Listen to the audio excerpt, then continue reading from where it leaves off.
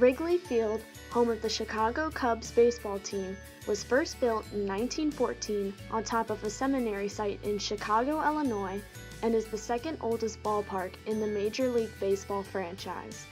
The original name of the ballpark was Weigman Park, which was named after the property owner Charles H. Weigman.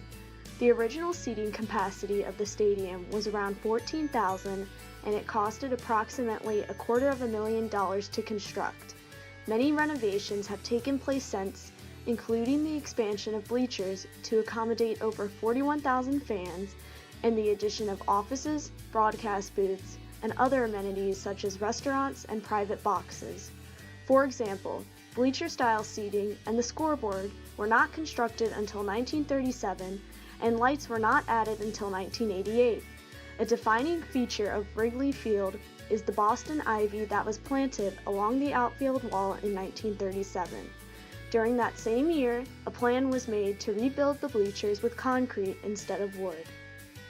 More recently, the foundation of the ballpark has been renovated due to the aging of the structure after many years of heavy use.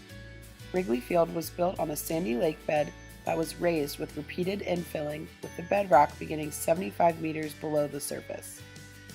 This bedrock, known as dolomite, can be found as deep as 85 meters below the surface in Chicago. In between that surface and the bedrock layer lie layers of silt, clay, and mud very rich in organic matter, which makes it difficult to anchor large and tall buildings to the soil. In contrast, New York City's bedrock reaches the surface and allows for greater stabilization of deep foundations and of skyscrapers.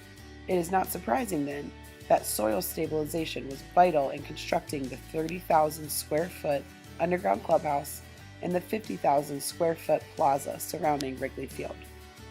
Sheet pile was driven 36 feet into the silty clay up to the hard pan to separate the excavated area from the stadium. Top-down construction was implemented to help stabilize the soil by building above and below grade concurrently, which helped expedite the entire construction process. In the main concourse of the stadium, most of the concrete structures were preserved. However, many of the columns supporting the stadium needed to be restored due to decades of wear and tear. In 2016, 4 500,000-pound capacity micropiles were installed under each renovated column before welding on a new zero-tolerance column base. 213 micropiles have been installed throughout the ballpark, and an additional 24 columns were lifted and structurally reinforced.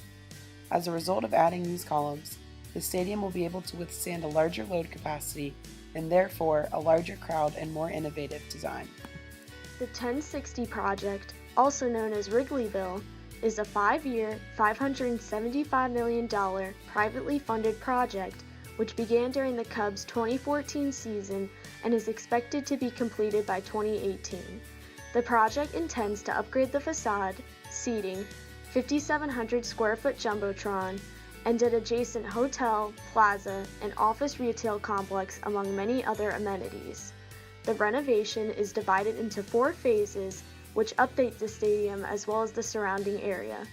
Phase 1, concluding in 2015, deals mainly with construction of the Triangle Plaza and the foundational and structural work for the main clubhouse. Phase 2, from the 2015 to 2016 off-season, includes work on the marquee, erection of several statues saluting pillars of the community, and general refurbishing of aesthetics. The third phase, extending from 2016 to the 2017 off-season, focuses on structural improvements.